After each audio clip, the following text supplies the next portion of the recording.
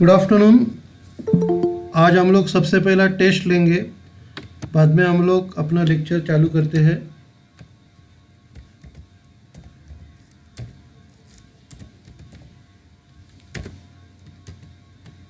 तो आपको मुझे आंसर्स चैट बॉक्स पे लिख के देनी है। तो मैं टेस्ट स्टार्ट करता हूँ।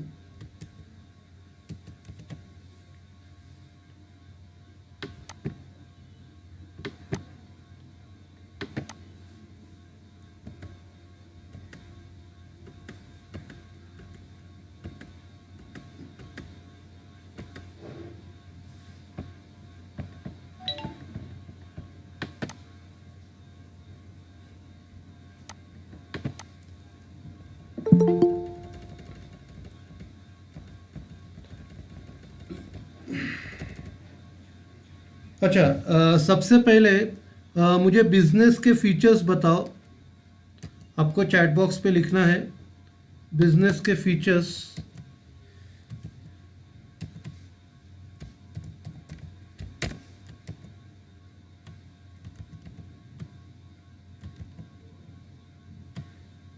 चैट बॉक्स पे बिजनेस के फीचर्स लिख के बताओ मुझे क्या क्या बिजनेस फीचर्स है। Features of business.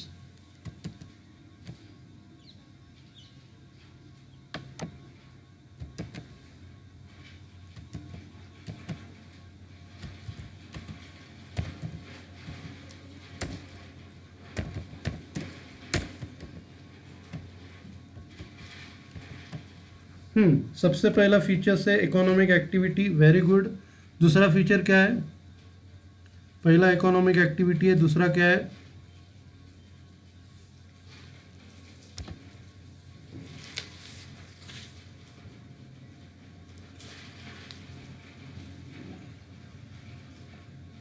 Regularity in dealing, profit motive. Yes. उसके बाद organise activity.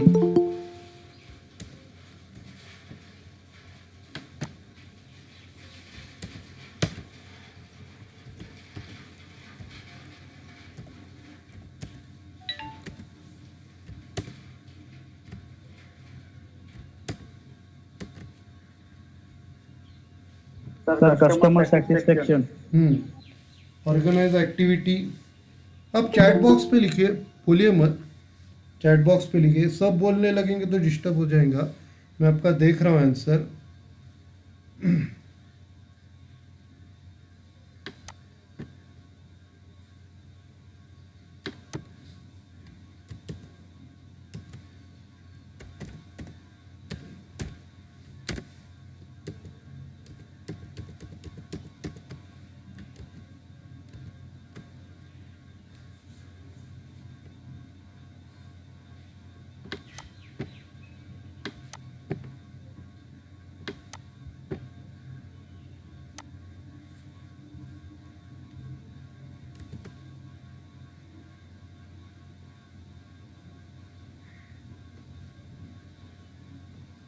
profit motive, regularity in dealing, degree of scale,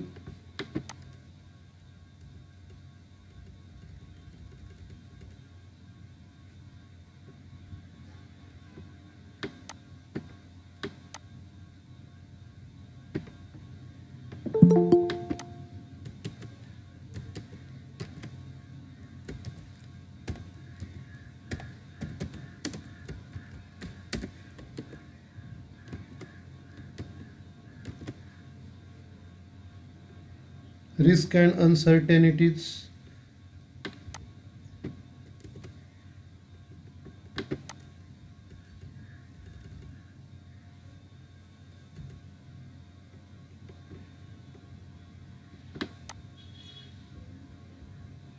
social responsibility,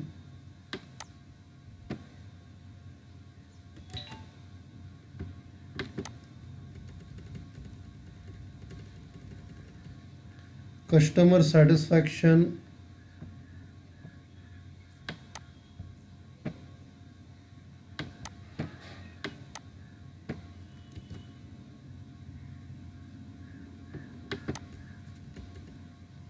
dynamic, social interest, creative,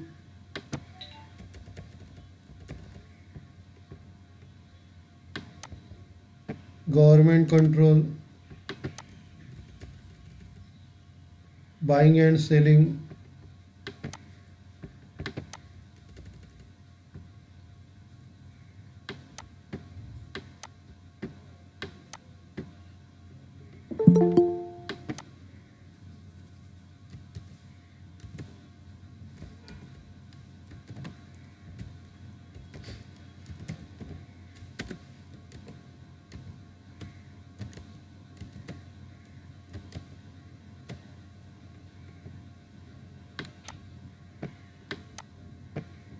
social system, continuous process.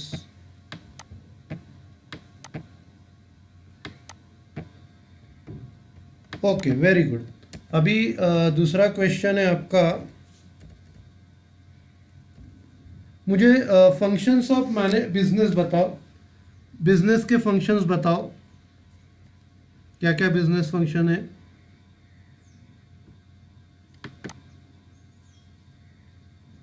Production, सबसे पहला क्या है, सबसे पहला purchase and store keeping, production, production के बाद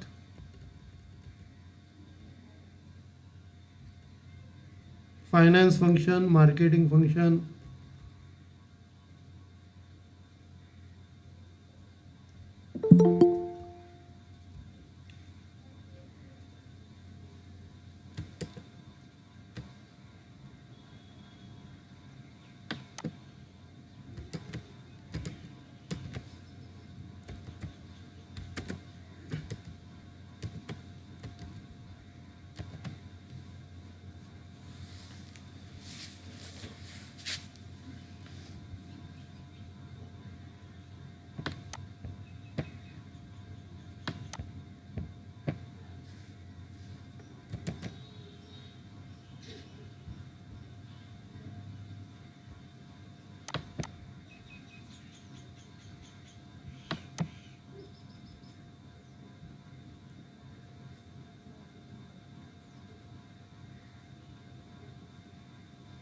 पर्सनल,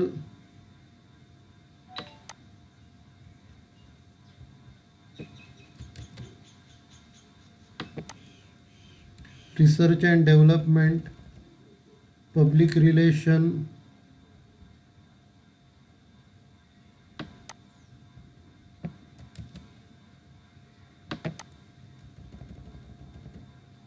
सेल्स फंक्शन,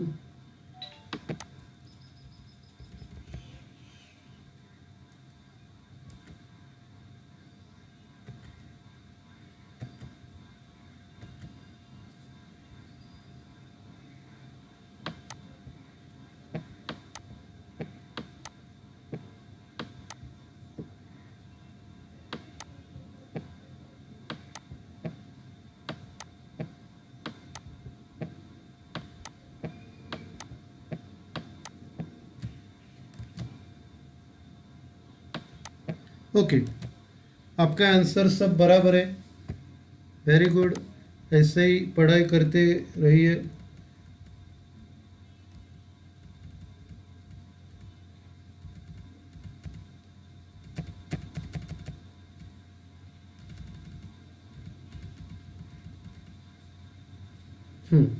ठीक है, तो अभी हम लोग क्या करते हैं, आज का लेक्चर स्टार्ट करते हैं।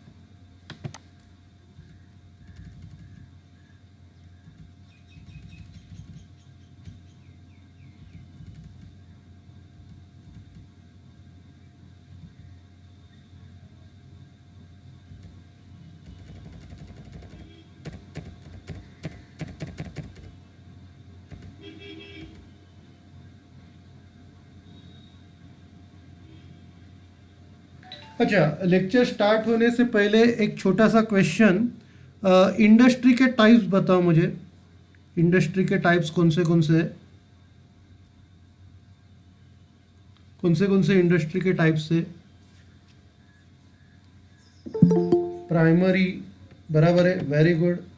प्राइमरी इंडस्ट्री, आगे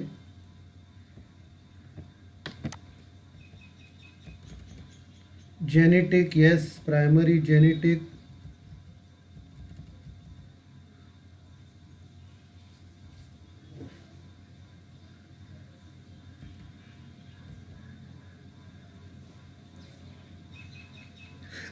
मैन्युफैक्चरिंग बराबर है, कंस्ट्रक्शन बराबर है,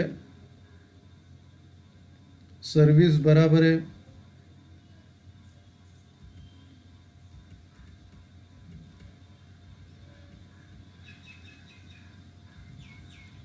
ओके, इधर तक ठीक है। हम लोग स्टार्ट करते हैं अपना टॉपिक।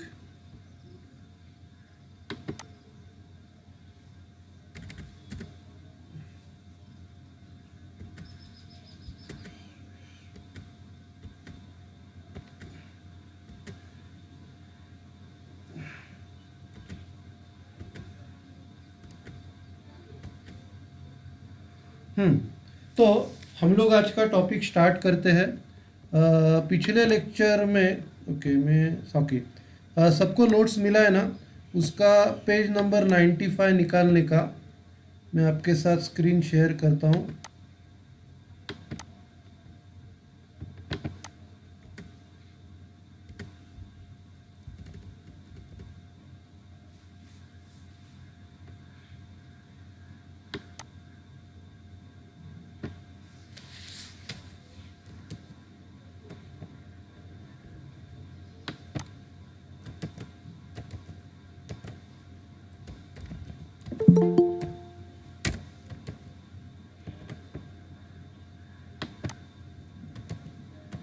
पेज नंबर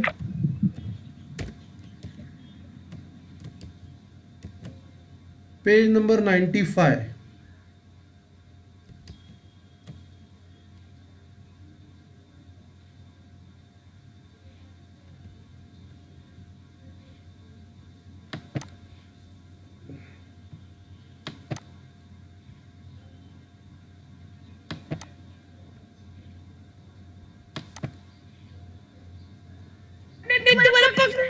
प्लीज सब लोग म्यूट रहिए।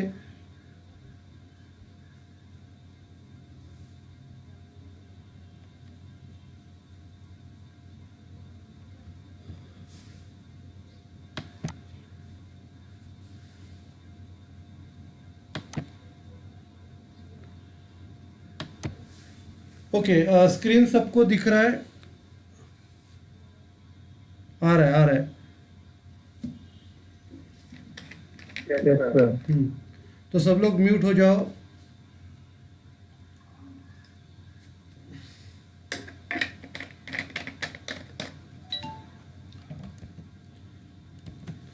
ओके, अभी अपना सेशन स्टार्ट करते हैं। पिछले लेक्चर में हम लोगों ने ऑर्गेनाइजेशन स्ट्रक्चर तक पढ़ा था। अभी आज का जो नया पॉइंट है, मैन पावर रिक्वायरमेंट। तो अभी ये स्टेज में क्या होता है, in this stage promoters estimate man power requirement. तो प्रोमोटर्स लोग जो बिजनेस स्टार्ट कर रहे हैं, वो लोग एस्टिमेट करते हैं कि कितना मैन पावर लगेगा। तो उसमें it includes skilled and unskilled employees. Supervisors, junior executives, manager, professionals and so on. तो इसमें कौन कौन लोग लगते हैं, जैसे स्किल अनस्किल एम्प्लॉयज़ है, सुपरवाइज़र है, जूनियर एग्जीक्यूटिव, मैनेजर्स, प्रोफेशनल्स, ये सब लोग लगते हैं। Man power is essential for efficient working of an organisation. तो अगर ऑर्गेनाइजेशन को अच्छी तरह काम करना है, स्पीडीली काम करना है, तो मैन पावर की ज़रूरत पड़ती है। Similarly man power resources requirement needs to be estimated correctly as the requirement, selection, training and other human resources development activities are undertaken as per the manpower requirement estimated। तो manpower आपको क्या करना है, correctly estimate निकालना है, क्योंकि यह सब चीज़ों के लिए खर्चा लगता है, जैसे रिक्रूट करना, लोगों को अपॉइंट करना, सिलेक्ट करना, ट्रेनिंग देना, बाद में दूसरे ह्यूमन रिसोर्स डेवलपमेंट के लिए अपने को खर्चा करना पड़ता है। तो उसके लिए आपको करेक्ट एस्टिमेट निकालना है। ओके, फिर नेक्स्ट पॉइंट है लॉन्चिंग द एंटरप्राइजेस, मतलब आपको ऑर्गेनाइजेशन आपका स्टार्ट करना। At this final stage the major portion of promotional work begins work before starting a business enterprise come to an end and the actual work of starting the business activity starts. तो इधर क्या होता है, जो आपका काम promote करने का रहता है वो ख़त्म हो जाता है और एक्चुअल बिजनेस का काम चालू हो जाता है। This includes the acquisition of land. इधर हम लोग क्या करते हैं, लैंड परचेस करते हैं, तो नेसेसरी कंस्ट्रक्शन वर्क, उसके ऊपर जो कंस्ट्रक्शन करना है वो काम करते हैं। फिर मशीनरी परचेस करते हैं, टूल्स एंड इक्विपमेंट परचेस करते हैं। फिर हायरिंग ऑफ मैन पावर लगाते हैं। Conducting production on trial basis, फिर हम लोग सबसे पहला ट्रायल बेसिस पे प्रोडक्शन करके देखते हैं। तो ये सब काम अपने स्टार्ट हो जाते हैं। फिर नेक्स्ट क्वेश्चन है factors determining location for setting up a business unit. मतलब आपको कौन से फैक्टर्स ध्यान में रखने हैं जब आप बिजनेस यूनिट सेट करने जा रहे हो। Business firms needs to select the best location for setting up a business unit. तो सबसे पहला तो अच्छे लोकेशन की ज़रूरत है जब हम लोग बिजनेस स्टार्ट करने वाले हैं। तो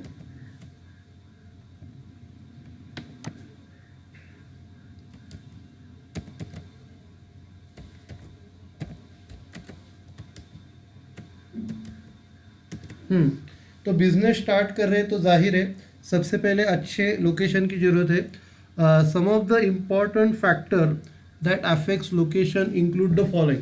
तो कुछ फैक्टर उसमें से, जैसे generally raw material constitute around 50% to 60% of the total cost. तो जितना भी प्रोडक्शन बनाने के लिए खर्चा आ रहा है उसके लिए 50 to 60% कैसे रहता है, रॉ मटेरियल ही लगता है, रॉ मटेरियल के ऊपर ही खर्चा आता है। Hence it would be advisable for the plant to be located near the source of raw material. तो हम लोग एडवाइस देते हैं कि जिधर भी आप प्लांट लगाने वाले हो, बिजनेस लगाने वाले हो, वो रॉ मटेरियल के सोर्स के नज़दीक होना चाहिए, जिधर से रॉ मटेरियल इजीली अवेलेबल रहेगा। Nearness to the source of raw material is specially important when the raw material is bulky in relation to a value and when the volume and weight are greatly reduced during its production। तो कैसे रहता है, अगर समझो बल्कि raw material purchase कर रहे हैं तो नज़दीक से किधर से मिलता है तो अच्छा है, क्योंकि उससे क्या होता है प्रोसेसिंग के टाइम में उसका वॉल्यूम और वेट कम हो जाता है। इसके लिए जब आप अगर बल्कि माल लेके आ रहे हो तो उससे मिलने वाला जो पैसा है वो थोड़ा कम प्रोपोर्शन में मिलेगा, वेराज आपको उसका ट्रांसपोर्टेशन और कैसे स्टॉक करने का खर्चा ज़्यादा आएगा, लेकिन उसका वॉल्यूम और वेट कम हो जाता है।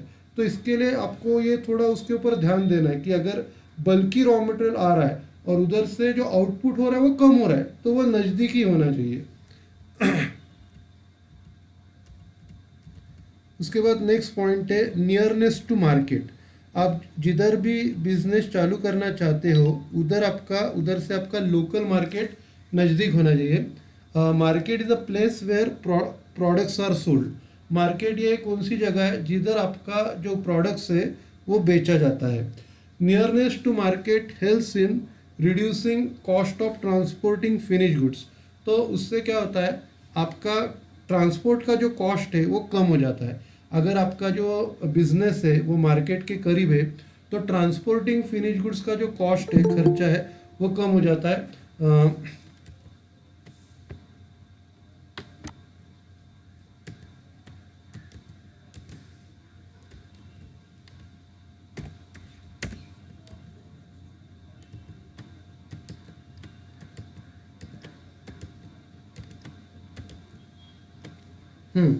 ओके। तो फिनिश गुड्स के ट्रांसपोर्ट का खर्चा कम हो जाता है। It is possible to make goods available at the right time. जब लोगों को गुड्स की ज़रूरत है तभी हम लोग उधर अवेलेबल कर सकते हैं। It enables to render quick service and after sale service. तो उससे क्या होता है, हम लोग जब भी कस्टमर को ज़रूरत पड़ेगी उसी टाइम हम लोग उनको सर्विस दे सकते हैं और आफ्टर सेल सर्विस भी उनको अच्छी दे सकते हैं। बाद में nearness to market is permitted when the product is fragile, perishable, बल्कि। अगर समझो डेलिकेट प्रोडक्ट रहेगा या पेरिशेबल मतलब जो जल्दी खराब होता है ऐसा प्रोडक्ट रहेगा या बल्कि प्रोडक्ट रहेगा तो उसके लिए नियरनेस टू मार्केट अच्छा रहता है। बाद में नेक्स्ट पॉइंट है infrastructure facilities. Availability of infrastructure facilities like power, water, transport and communication, banking facilities extra are important determinants for business location।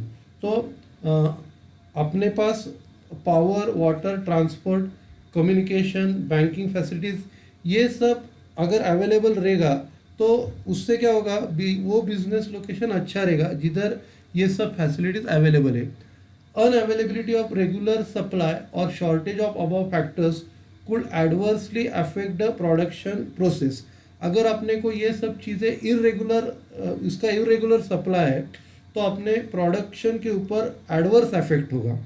Availability of infrastructure facilities increases the efficiency of an organisation. तो अगर ये सब infrastructure facilities available है तो उससे क्या होता है, अपना एंटरप्राइजेस का स्पीड, एफिशिएंसी मतलब स्पीड, वो बढ़ जाता है। नेक्स्ट पॉइंट है skill labour. The need for adequate supply of labour is obvious. अगर कुछ प्रोडक्शन करना है तो अपने को एक पर्टिकुलर अमाउंट का वर्कर्स के लोगों की ज़रूरत है। A good number of industries required skill labour force such as engineers, managers, computer programmers etcetera. तो अपने को कौन से लोगों की ज़रूरत है, जैसे इंजीनियर्स है, मैनेजर्स है, कंप्यूटर प्रोग्रामर्स है, ये सब लोगों की अपने को ज़रूरत है। A business firm should consider the availability of component and skill labour in a particular state. तो बिजनेस फर्म को कंसिडर करना है कि कितने कॉम्पिटेंट और स्किल लेबर अवेलेबल है अपने स्टेट में। However nowadays due to mobility of skill labour this factor is losing importance. लेकिन अभी क्या हो रहा है, लोग इधर से उधर जा रहे हैं तो उसके कारण क्या है कि अपना ये फैक्टर्स को ज़्यादा इम्पोर्टेंट नहीं दिया जा रहा है। Even though skill labour is the basic need of an enterprises, लेकिन फिर भी स्किल लेबर ये एंटरप्राइजेस की बेसिक नीड है। नेक्स्ट पॉइंट है law and order situation. This is one of the important factors which business firm considers in locating a business unit in any region. ये सबसे important factor है law and order कि जिधर अपने को business चालू करना है उधर लॉ एंड ऑर्डर अच्छा होना चाहिए। For the smooth functioning of the business activities proper law and order situation is essential. मतलब किधर चोरी होना नहीं चाहिए, खून नहीं होने चाहिए, दरोड़ा नहीं पड़ना चाहिए, तो वो जगह अच्छी है। In India business firms are reluctant to set up business units in northern eastern states such as Bihar because of law and order problem। India में लोग नॉर्थन ईस्टर्न स्टेट्स में बिजनेस स्टार्ट करने के लिए रेडी नहीं है, जैसे बिहार है, क्योंकि उधर लॉ एंड ऑर्डर का प्रॉब्लम रहता है। ठीक है, आप क्या करो, इधर तक पढ़ के लो।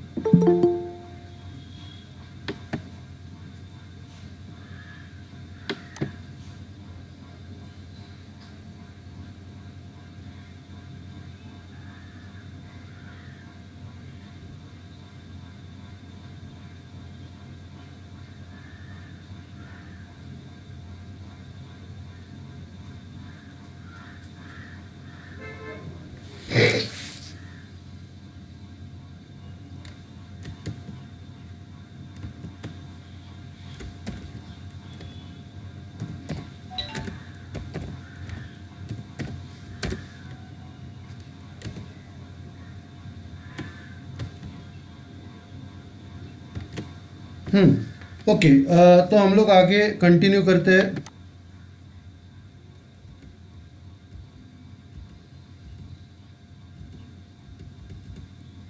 नेक्स्ट पॉइंट है government policies. The policies of the government like taxation policies, licensing policies, incentive such as subsidies provided etc go a long way in deciding the location of the project। तो project decide करते time अपने को taxation policies, licensing policies, incentive जैसे subsidies अपने को मिलता है, ये भी बहुत इंपॉर्टेंट है जब हम लोग लोकेशन डिसाइड कर रहे हैं। फॉर एग्जांपल, गवर्नमेंट में announce tax exemption to certain industries if they are started in certain areas. तो गवर्नमेंट क्या है, कुछ एरियाज़ में टैक्स एग्जम्पशन दे सकता है अगर हम लोग उस एरियाज़ में बिजनेस स्टार्ट कर रहे हैं। दिस में इन्फ्लुएंस द लोकेशन डिसीजन। तो उससे क्या होता है, लोकेशन डिसीजन के ऊपर इन्फ्लुएंस हो सकता है। नेक्स्ट पॉइंट है natural factors. Natural factors affect the location of those units which required a particular climate और वेदर कंडीशन। तो समझो किसी पर्टिकुलर बिजनेस के प्रोडक्ट्स को कुछ पर्टिकुलर स्पेसिफिक एटमॉस्फेयर ही लगता हो, तो उससे भी लोकेशन के ऊपर अफेक्ट हो सकता है। For example, climate is important factor in T, coffee, rubber plantation. तो अगर आप इन सब का प्रोडक्शन कर रहे हो तो क्लाइमेट बहुत ज़्यादा इम्पोर्टेंस देता है लोकेशन सिलेक्ट करने में। नेक्स्ट पॉइंट है सेफ्टी रिक्वायरमेंट। सर्टन फैक्ट्री में affect the health of a public in neighbouring areas where the plant is located. कुछ केसेस में अपना फैक्ट्री का ख़राब इफेक्ट हो सकता है पब्लिक के ऊपर जो नेबरिंग एरियाज में रहते हैं। Therefore such industries must be located in remote areas from the residential areas. तो ऐसे फैक्ट्रीज को दूर रहना चाहिए रेसिडेंशियल एरियाज से। For example, explosive factors must be located away from residential areas है। तो एक्सप्लोजिव फैक्टर जिधर बन रहे वो रेसिडेंशियल एरियाज से दूर होनी चाहिए। नेक्स्ट पॉइंट है financial facilities. Finance is a basic need of each and every industry. तो सभी इंडस्ट्री का ये बेसिक नीड है। Industries require huge capital. Industries को बहुत ज़्यादा कैपिटल की ज़रूरत पड़ती है। It gets attracted to those regions where income of the people is high and they are willing to invest for industrial activities. तो कैसा है कि जिधर लोगों का इनकम ज़्यादा है और जो इन्वेस्ट करने के लिए तैयार है इंडस्ट्रियल एक्टिविटीज़ के लिए, तो उधर हम लोग को अपना लोकेशन बनाना चाहिए जिधर लोग रेडी है गुड्स परचेस करने के लिए। सबसे इम्पोर्टेंट फैक्टर है। बाद में नेक्स्ट फैक्टर है social infrastructure. Social infrastructure is required for the development of employees and there families. तो सोशल इंफ्रास्ट्रक्चर क्या है कि उधर का जो लोगों की कंडीशन है वो अच्छी होनी चाहिए। It add to the welfare of the families. तो उससे क्या होता है कि जो एम्प्लॉयज़ को हम लोग जो फैसिलिटीज़ दे रहे वो इंक्रीज हो सकते हैं। Social infrastructure facilities includes residential complex,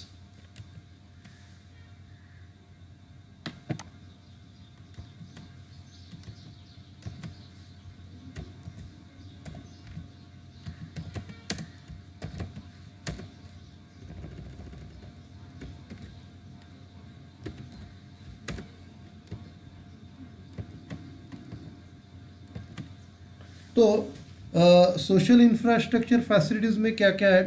residential complex होने चाहिए, एजुकेशनल इंस्टीट्यूट होने चाहिए, हॉस्पिटल होने चाहिए, health care centre, recreation facilities, ये सब इंफ्रास्ट्रक्चर होना चाहिए जिधर हम लोग बिजनेस का लोकेशन रख रहे हैं। Some companies such as Tisco have created such facilities of their own. तो टिस्को जैसे कंपनी ने ऐसे फैसिलिटीज़ खुद के ही बना के रखे हैं। ठीक है, तो आप क्या करो, इधर तक पढ़ के लो।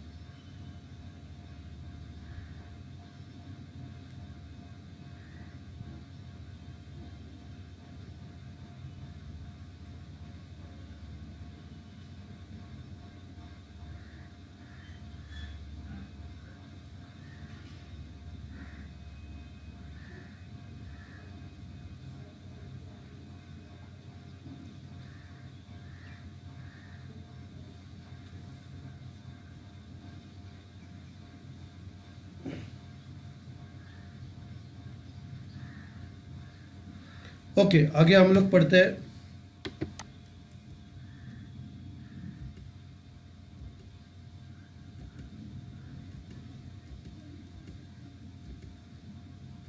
अगला पॉइंट है other factors. There are several other factors that may be consider in locating plant such as land cost, drainage and waste disposal facilities, community attitude, sound industrial relation, expansion potential etc. तो और भी बहुत सारे factors है जो अपने को plant location time में कंसीडर कर सकते हैं, जैसे लैंड की कॉस्ट है, drainage and wastage disposal facility, community attitude, लोग वो चीज़ पसंद करते हैं या नहीं। बाद में साउंड इंडस्ट्रियल रिलेशंस, इधर पब्लिक में और इंडस्ट्रीज में रिलेशन कैसे है।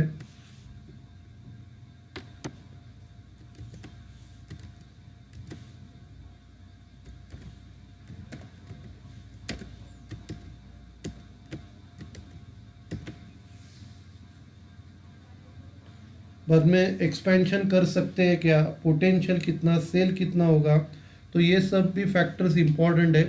The business firms consider other factors which decide the location of the business.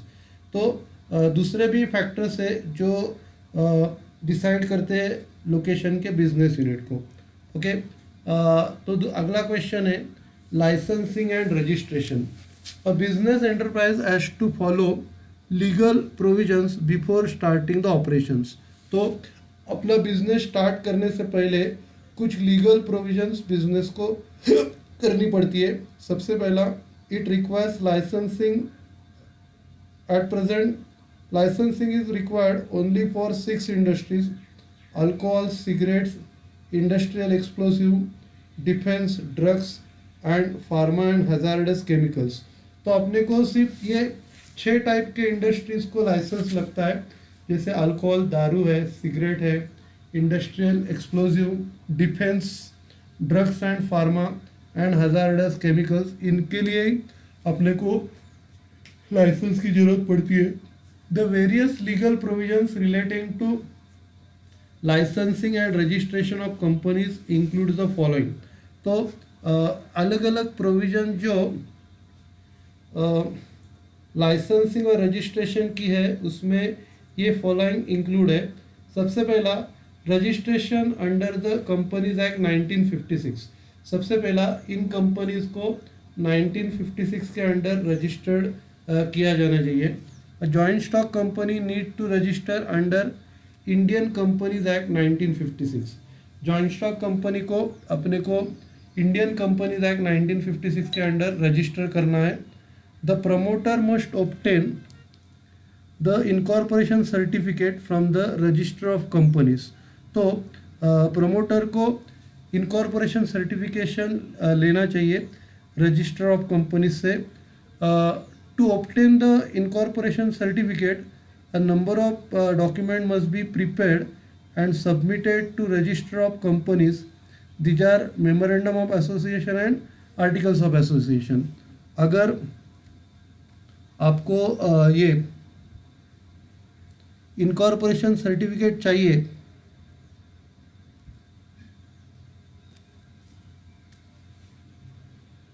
तो आपको बहुत सारे डॉक्यूमेंट्स देने पड़ते हैं रजिस्टर ऑफ कंपनी को, और वो जो डॉक्यूमेंट्स है उसमें memorandum and articles of association included है। बाद में लिस्ट ऑफ डायरेक्टर्स, फिर रिटर्न कंसेंट ऑफ डायरेक्टर्स का permission, statutory declaration and other relevant documents की ज़रूरत पड़ती है। बाद में registration under Indian partnership act, फिर A partnership firm may have to register under Indian Partnership Act 1932। Partnership firm को पार्टनरशिप एक्ट 1932 के अंडर रजिस्टर करना पड़ता है। The partnership deed along with the relevant documents must be file with the register of the firm. तो partnership deed आपको file करना पड़ता है दूसरे और डॉक्यूमेंट के साथ रजिस्टर ऑफ फर्म से। In Maharashtra the copy containing Marathi translation of partnership deed must be file. Maharashtra में उस पार्टनरशिप डीड का मराठी ट्रांसलेशन भी लगता है और उसको फाइल करना पड़ता है। On registration the partnership get legal status. तो रजिस्ट्रेशन करने के बाद पार्टनरशिप को लीगल स्टेटस मिलता है। बाद में establishment under the Bombay shop and establishment act. The promoters of every establishment shall send to the inspector of the local areas concerned. तो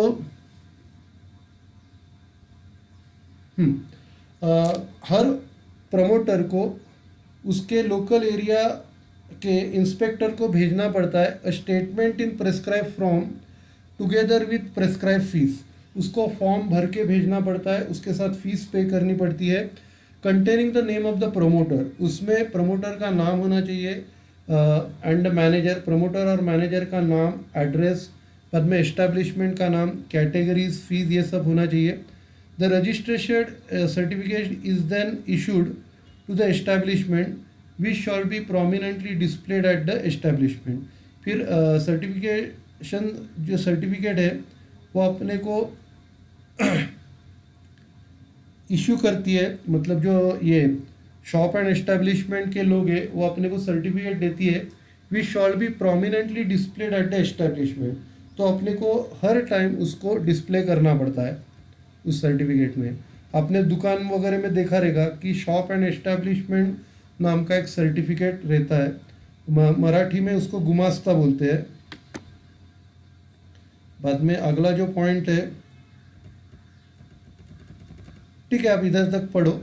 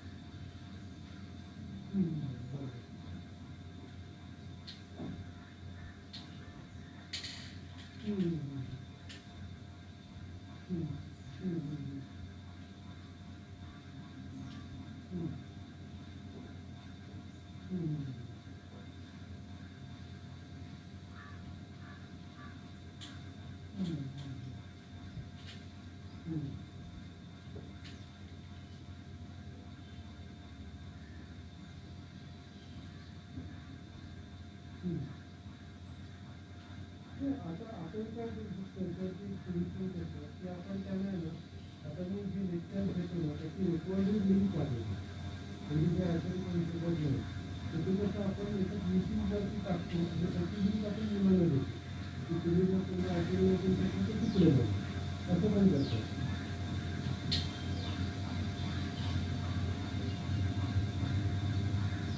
नाही त्याची लिंक पाहिजे रे, असं तर नॉर्मल तर नाही बोलू शकतो आपली.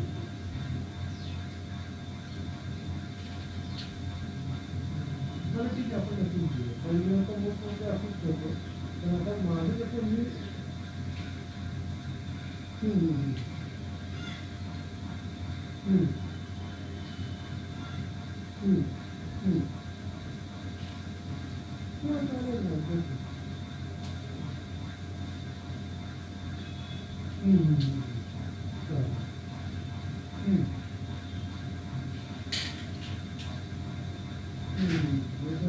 दोन टाइम करायचं ठरवलं.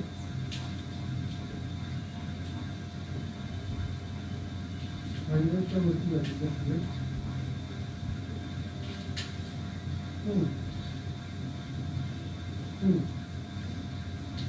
बरं.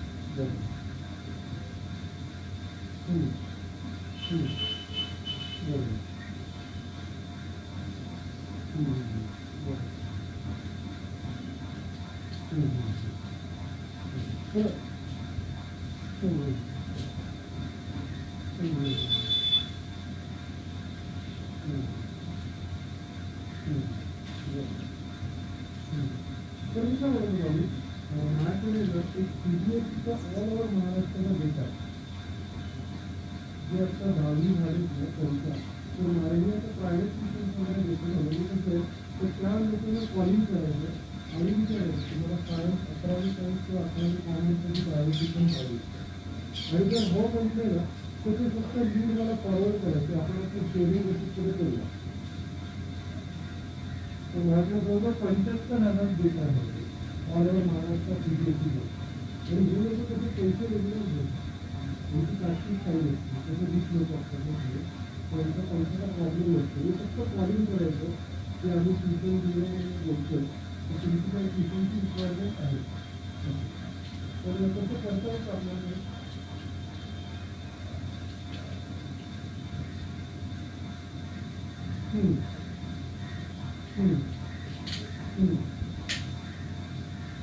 चालेल ना मग मी पाठवतो ते देतात बघ काय करता येतं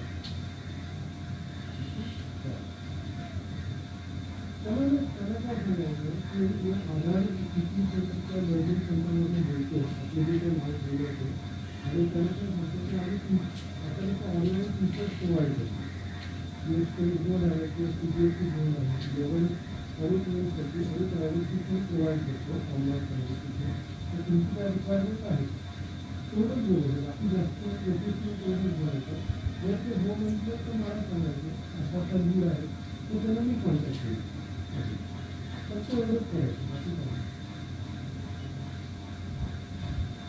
मी तुम्हाला कसं आता इंडस्ट्रीवर तुम्ही कसं झालं की आता ते 20-25% परीक्षा असते 70% पर्यंत मी देऊ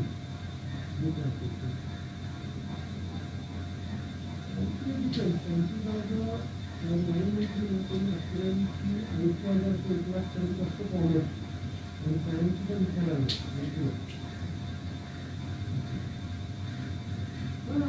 CBSE वगैरे नक्कीच येतात CBSEचं मग CBSEचा बोर्ड खूप टफ आहे त्यांच्या सिलेबस युनिटला सांगू का CBSE 12वी त्यानंतर सांगू हिवाळ्याला जे आपल्याला त्याला 12वीला म्हणजे आपण जे शिकलो होतो ना रेशो ॲनालिसिस वर्टिकल बॅलन्सिस ते सगळं त्यांना 12वीला असलं तो फायनल अकाउंटचा फॉर्मॅट वगैरे ते सगळं त्यांना 12वीला त्यांचं सुरुवात म्हणून तर त्यांची डिमांड आहे ना त्याला म्हणून मी म्हटलं आपण काहीतरी असं जॉईन करूया आणि फक्त अकरावी माझ्यासारखं असेल ना कोणी टीचर तर मला फक्त एका विषयाला 1,00,000 रुपये अकाउंट फी घेतला तर त्याला 1,00,000 रुपये वर्षाचे 1,00,000 त्याला खूप डिमांड आहे आणि कोण हे नाही करत दुसऱ्या लोकांना माहिती आहे की जे टीचर्स असणारे ते चांगले असतील ते देशमुख तर आले होते ना आपल्याकडे ते आणि आम्ही कामे घेतली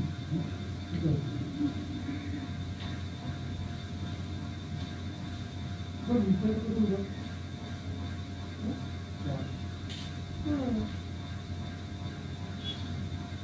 काय कॉलेजच करायचं फार मोठं काय करायचं नाही हिंदीमध्ये बोलायचं की असं असं आहे आणि असं टीचर बरोबर आहे तर तुमची काही टीचरची रिक्वायरमेंट आहे ऑनलाईन टीचर तुम्ही लावायचं हो म्हटलं तर मला सांगायचं हा हा हे त्याचं नाव हा त्याचा नंबर तो नाव आणि नंबर मला पास ऑन करायचा पण मला कसं माहिती का मला कॉलिंग करायला वेळ नाही ऑनलाईन असेल ना ते तुम्ही त्याला मी टॅकल करू शकतो की असं असं आहे तुम्ही सांगू शकतो तुम्हाला डेटा काढून सांगू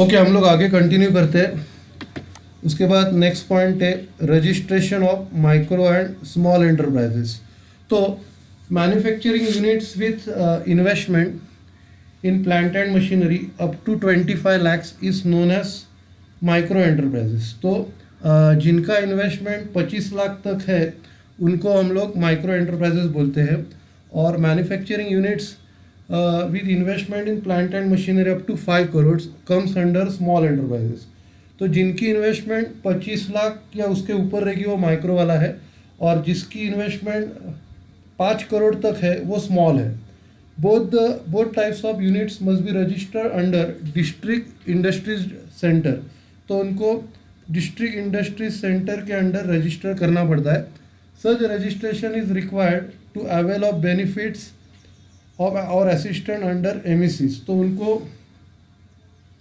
एमईसीज के अंडर बेनिफिट लेना पड़ता है नेक्स्ट पॉइंट है obtaining food and drugs administration licence तो the promoter of business using dealings in hotel food and drugs need to obtain FDA licence before starting operation तो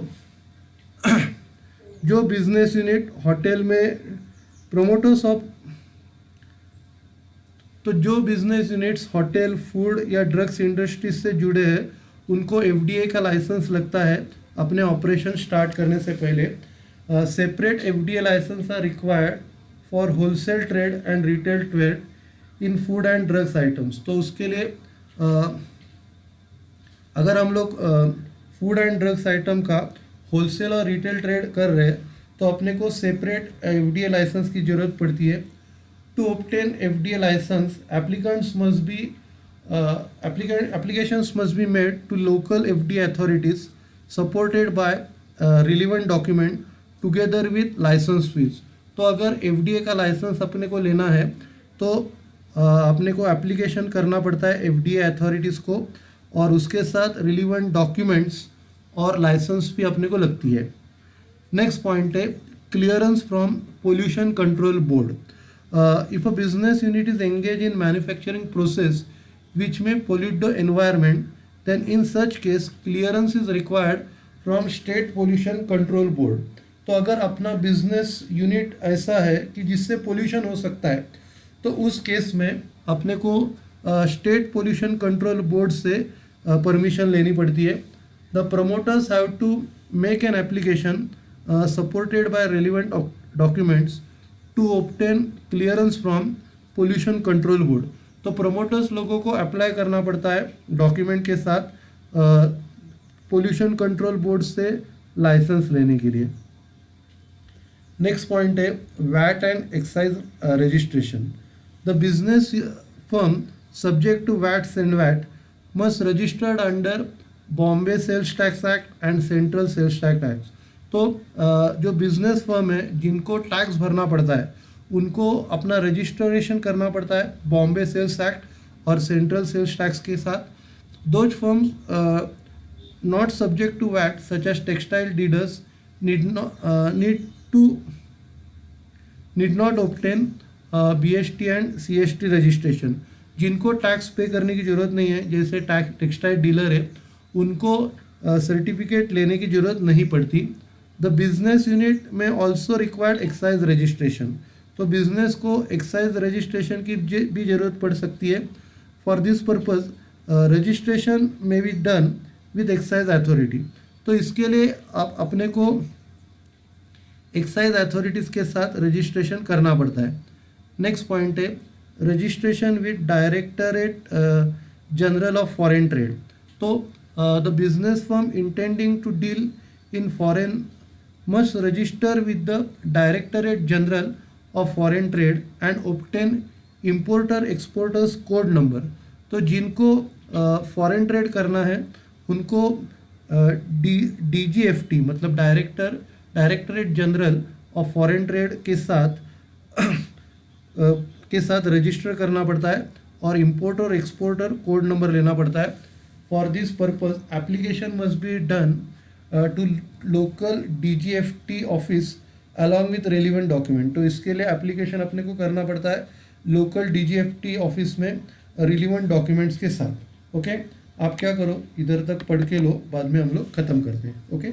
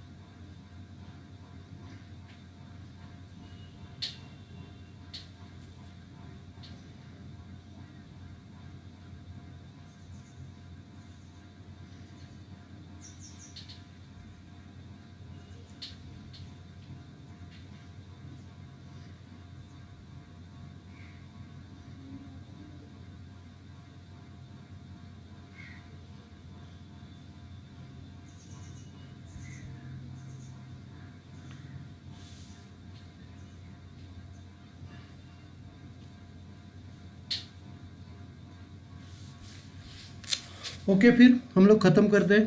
थैंक यू.